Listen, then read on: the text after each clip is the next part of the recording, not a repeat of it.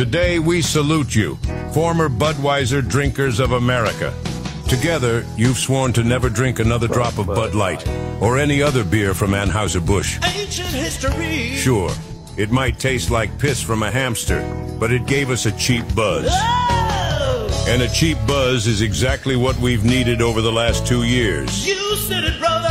So while there might be a tear in your beer and a hole in your heart, hold your heads high and know that today is a new day, and there's other beers in the sea. People are pissed at Bud Light and Anheuser-Busch over their latest marketing decision. All over the country, people are boycotting and throwing away their beers. Everyone keeps asking me, Alex, what do you think? I think this is a huge opportunity for people to make a ton of money. You have to act fast because this is one of those things that's only going to be hot for a short amount of time. Quicker than quick. Faster than fast. What I would do is I'd start a TikTok, an Instagram, a YouTube, and I'd start creating different types of content about beer, whether that's taste testing videos, whether that's how to brew your own beer. Even if I've never brewed beer before, I'd just look it up and relay the information. Because it's such a hot and trending topic and people are searching for a new beer, these videos are going to do extremely well. I will use the controversy to start growing on my social media, and then I would monetize a couple of different ways. Number one being I would build and sell an online course about how to brew your own beer at home. Now, if I didn't want to do as much work, I could sign up for programs where I get paid to promote a company's existing product like this craft beer. Or I could make a bunch of different merch surrounding the controversy and promote it on my social media channels and in Facebook groups. Where you see catastrophe, I see opportunity. That's what I think. It really tickles me watching these men pour their Bud Lights down the sink. Bud Light, all Bud products. Or drive over them with their trucks or pew-pewing them with assault rifles. Pew, pew, pew, pew, pew, pew. Think that Anheuser-Busch, with all the research that they do and the millions of dollars that they sink into marketing, didn't calculate and account for you to have a temper tantrum and drop off as customers? They knew exactly what they were doing. They know that Gen Z, as they get older and older, are starting to age into drinking age. They know that Gen Z is far more enlightened and accepting and woke, as you call it. Embrace the LGBTQ plus community. So sacrificing you, no brainer. So Anheuser-Busch and companies like Anheuser-Busch, really, they're just playing the long game by aligning their views with their future customers' views. So it's not really you boycotting them more than it is them being willing to disregard you and leave you behind. Pew-pewing beer cans. What's wrong with you? Yeah, you see, the only problem with this is Anheuser-Busch is down about $9 billion right now.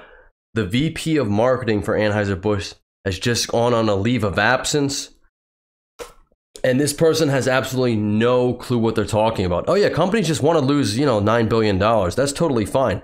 Most companies build that in. They're like, hey, we'll just lose $9 billion to go woke, right? You have no clue what you're talking about. I'm sorry. You just don't. This is weird. Miller door, Bud door. What do you got there, Mark? Just some trash. Oh, okay. Yeah, go ahead, take care of that. Thank you. This might be the funniest Bud Light meme I've seen yet. Who did this? Because it's hilarious. The whole meme about Michelle Obama, classic. Hey, if you guys aren't already, please like the video, subscribe to the channel, and we got a lot more clips to show you right now. This boycott is definitely working, but let's keep going with it. Light's newest lineup hits the shelves after major uproar. You know, a lot of people are acting like Bud Light is just out here promoting trans propaganda, and that's simply just not true if you look at the new beer cans, because they've got the Fuck Buddy Light, which features two men fucking on the back. They've also got a wide array of flavors. How about the Adam's apple? Cranberry and dick in my ass? I mean, who doesn't love a good seltzer? Bud Light's newest... How does our existence as trans people affect your life? I'm glad you asked, because I'm going to explain it to you. See, it never did affect our lives. No one gave a fuck at all. We might have found it kind of weird, but we didn't give a fuck. Until you started shoving it down our throats and forcing it into our children's lives. That's when people started giving a fuck. That's when it started affecting us. Because it's being shoved into everything. And when it comes to our children, that's the one place that we draw the fucking line.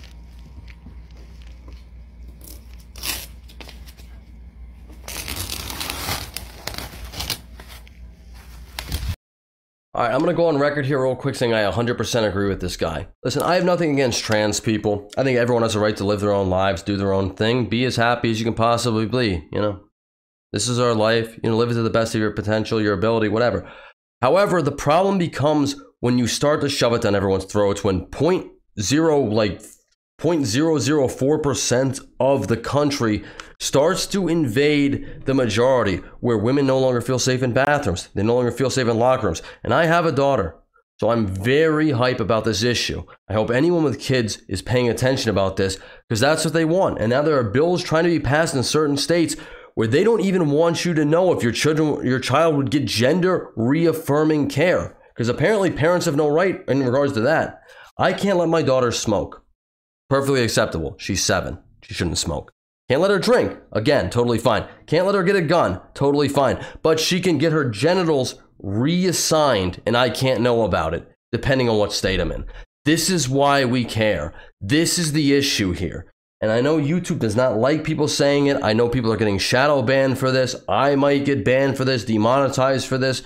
Hopefully I can avoid it. I'm a small channel. But you can't, you know, they don't want any condescending opinions, about any of this stuff. You have a right to know what's going on with your kids. People would not care if you're not targeting their children. That's the truth of the matter. Hi there, my name is Prancer. I identify as a reindeer. This ad is what we call damage control. Our thinking is, maybe if we post an ad with our iconic Clydesdale that identifies as a reindeer, and we say vaguely patriotic things, This is the story of the American spirit. People will like us again. Incidentally, I used to have a deep, rich, baritone voice. Then I started drinking Bud Light. It changes you. Look at these two typical American firemen. We can't put two white people together in an ad. We still have to virtue signal a little. I mean, we're still woke. We're just not that woke. Here's another couple of people. Also two different races. I mean, honestly, what we really need to do is just say, oh, we f***ed up. But we all know that's not gonna happen. So just look at the pretty horse that identifies as a reindeer and drink Budweiser again. If you don't, they said they're taking me to the glue factory. Look, there's two more dudes. Is that guy white? Is he Hispanic? Nobody knows. He's what we call ethnically ambiguous. Our favorite race of all. This white guy gets it. So remember folks, at Budweiser, we'll always be a little woke. This Bud's not for you. You know, maybe cutting my tail off was a mistake. What do you guys think? Well, it's too late now. No coming back from that.